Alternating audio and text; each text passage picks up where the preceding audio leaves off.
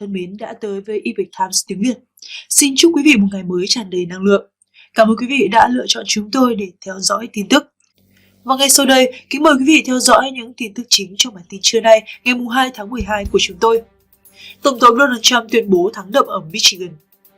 Bức tranh dần rõ ràng, luật sư Lin Good thông báo Trung Cộng đã mua đất phần mềm Dominion với giá 400 triệu đô ngay trước thềm bầu cử vào ngày 8 tháng 10 năm 2020. We the People kêu gọi Tổng thống Trump ban bố thiết quân luật giới hạn để tái bầu cử. Luật sư Lin Good thông báo đất nước sắp bước vào nội chiến. Tình hình nguy cấp ở phía bờ bên kia đại dương, Tập Cận Bình nhấn mạnh chuẩn bị cho chiến tranh 2 lần trong 6 ngày. New York Times tiếp tục đưa tin giả trắng trợn, luật sư Giuliani cảm thán khó mà theo kịp mọi lời nói dối của họ. Tổng thống Donald Trump thắng hạn Antrim, Michigan sau khi cập nhật phần mềm bầu cử. Wisconsin, cư dân chấp nhận chi 25.000 đô la để tải cơ sở dữ liệu bầu cử, phát hiện những điều chấn động, số cử tri nhiều hơn 2 triệu người so với tổng dân số Wisconsin. Hơn 280.000 lá phiếu không cánh mà bay trên đường vận chuyển từ New York tới Pennsylvania. Phân tích dữ liệu, phiếu bầu Biden được tính hệ số 1.3 ở Arizona. Luật sư Giuliani, để cứu nước Mỹ thì có mất sự nghiệp chính trị cũng đáng giá. Bài học cuộc sống, sức mạnh của thiện. Và sau đây là những thông tin chi tiết.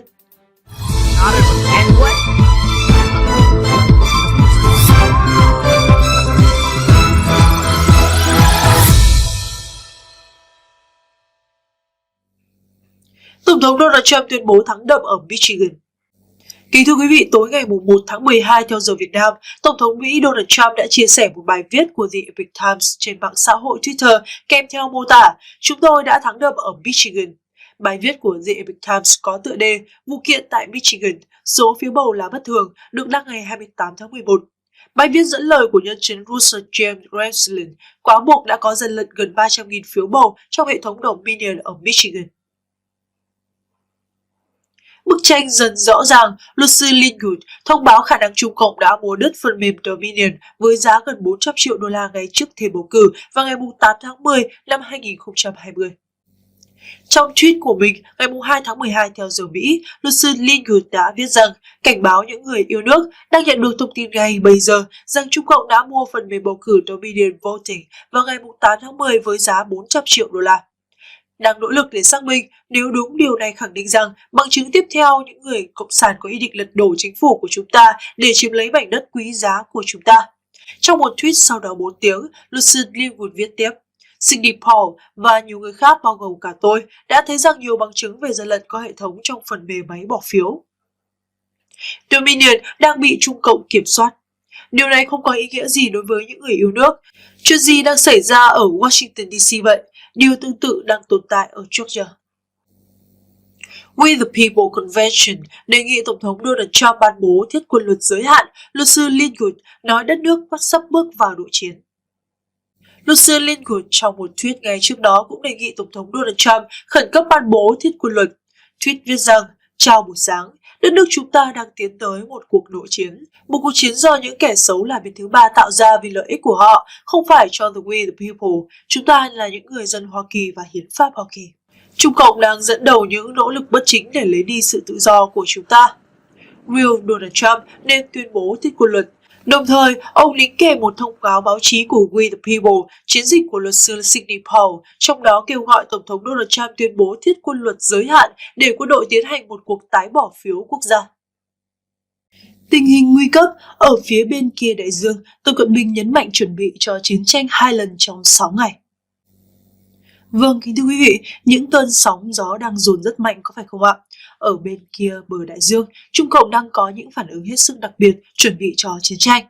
Ngày 30 tháng 11, ông Tập Cận Bình đã triệu tập cuộc họp Bộ Chính trị Đảng Cộng sản Trung Quốc, nhấn mạnh rằng quân đội phải tập trung chuẩn bị cho chiến tranh. Đây là lần thứ hai ông Tập nhấn mạnh việc chuẩn bị cho chiến tranh trong vòng 6 ngày qua. Điều này làm dấy lên sự chú ý của thế giới bên ngoài, theo South Hope. Cách ngày phát biểu lần này 5 ngày, khi ông Tập tham dự cuộc họp huấn luyện quân sự của Quân ủy Trung ương tại khách sạn Cảnh Tây ở Bắc Kinh, ông cũng yêu cầu tập trung vào việc chuẩn bị cho chiến tranh.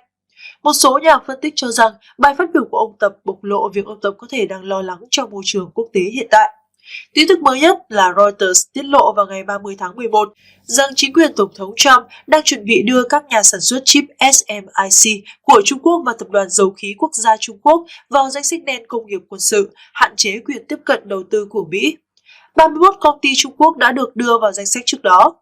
Vào tuần trước, Reuters cũng đưa tin rằng chính quyền Tổng thống Trump sắp thông báo rằng 89 công ty hàng không vũ trụ Trung Quốc có quan hệ quân sự với các công ty khác sẽ bị hạn chế mua một loạt sản phẩm và công nghệ của Mỹ. Ngoài ra, Tổng thống Trump đã ký một sắc lệnh hành pháp vào ngày 12 tháng 11 cấm các công ty và cá nhân Hoa Kỳ đầu tư vào các công ty do quân đội Trung Quốc sở hữu hoặc kiểm soát từ ngày 11 tháng 1 năm sau và hạn chế rút tiền đầu tư trước 11 tháng 11 năm sau. Tổng thống Trump cũng đã ban bố tình trạng khẩn cấp trên khắp đất nước để đối phó với các mối đe dọa từ Trung Cộng.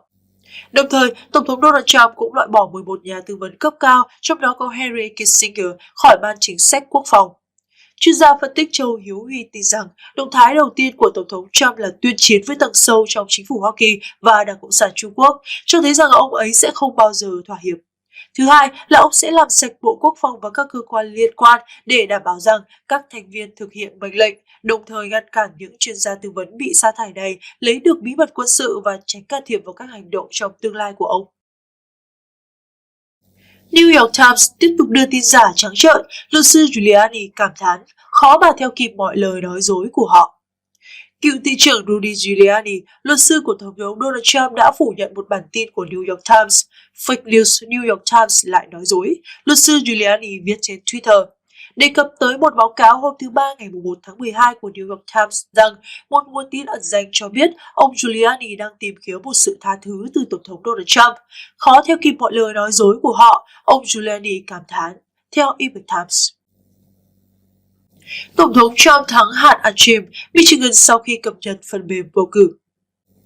Kính thưa quý vị, phần mềm bầu cử ở hạt Antrim của Michigan trước đó đã chuyển không chính xác các phiếu bầu của Đảng Dân Chủ cho ứng viên Tổng thống Joe Biden và số phiếu này vốn dành cho Tổng thống Trump đã được cập nhật lại sau ngày thứ Sáu ngày 25 tháng 11 và theo đó hàng nghìn phiếu bầu đã được tính đúng lại cho Tổng thống Donald Trump.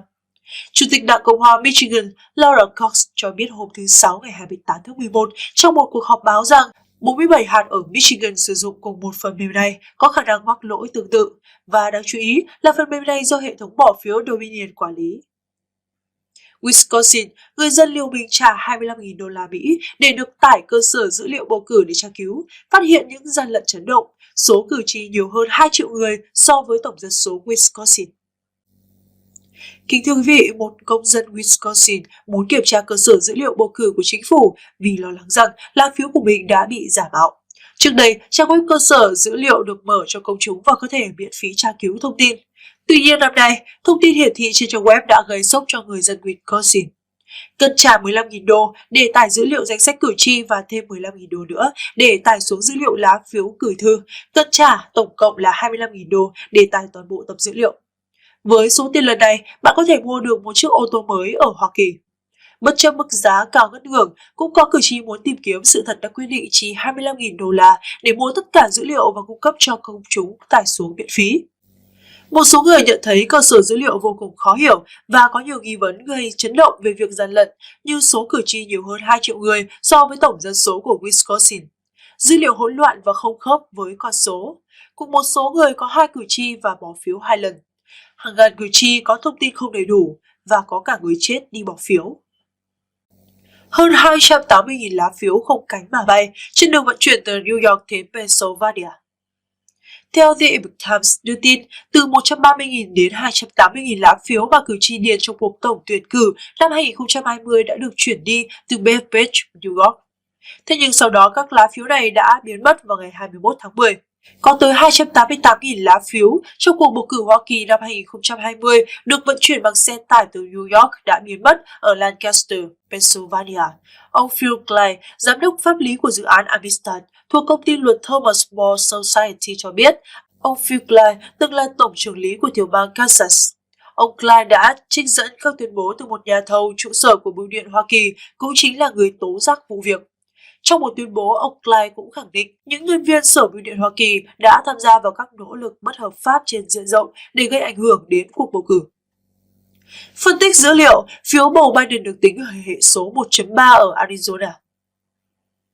Kính thưa quý vị, cùng với các nhà khoa học, kỹ sư, chính trị gia, doanh nhân và người có bằng cấp cao của Viện Công nghệ Massachusetts, tiến sĩ Shiva Ayyadurai đã nghiên cứu sâu hơn về dữ liệu lập bảng biểu quyết bầu cử tổng thống năm 2020 của bang Arizona trong phiên điều trần về tính toàn vẹn bầu cử của bang hôm thứ Hai vừa qua.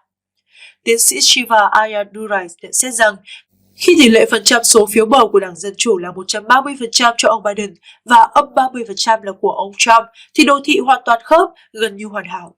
Các đường dốc, đường cong và các hình dạng hoàn toàn khớp nhau.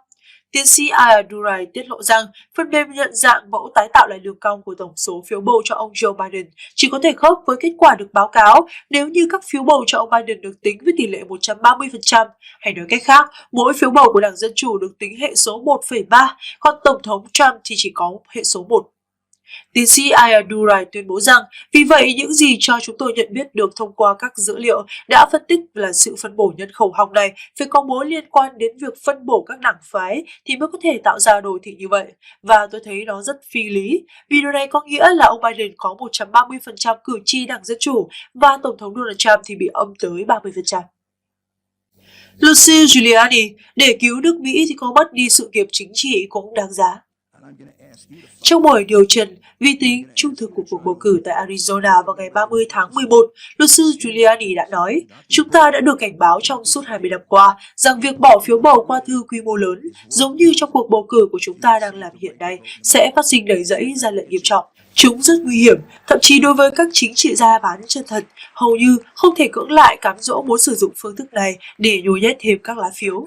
Chúng ta đã được cảnh báo bởi cố Tổng thống Jimmy Carter.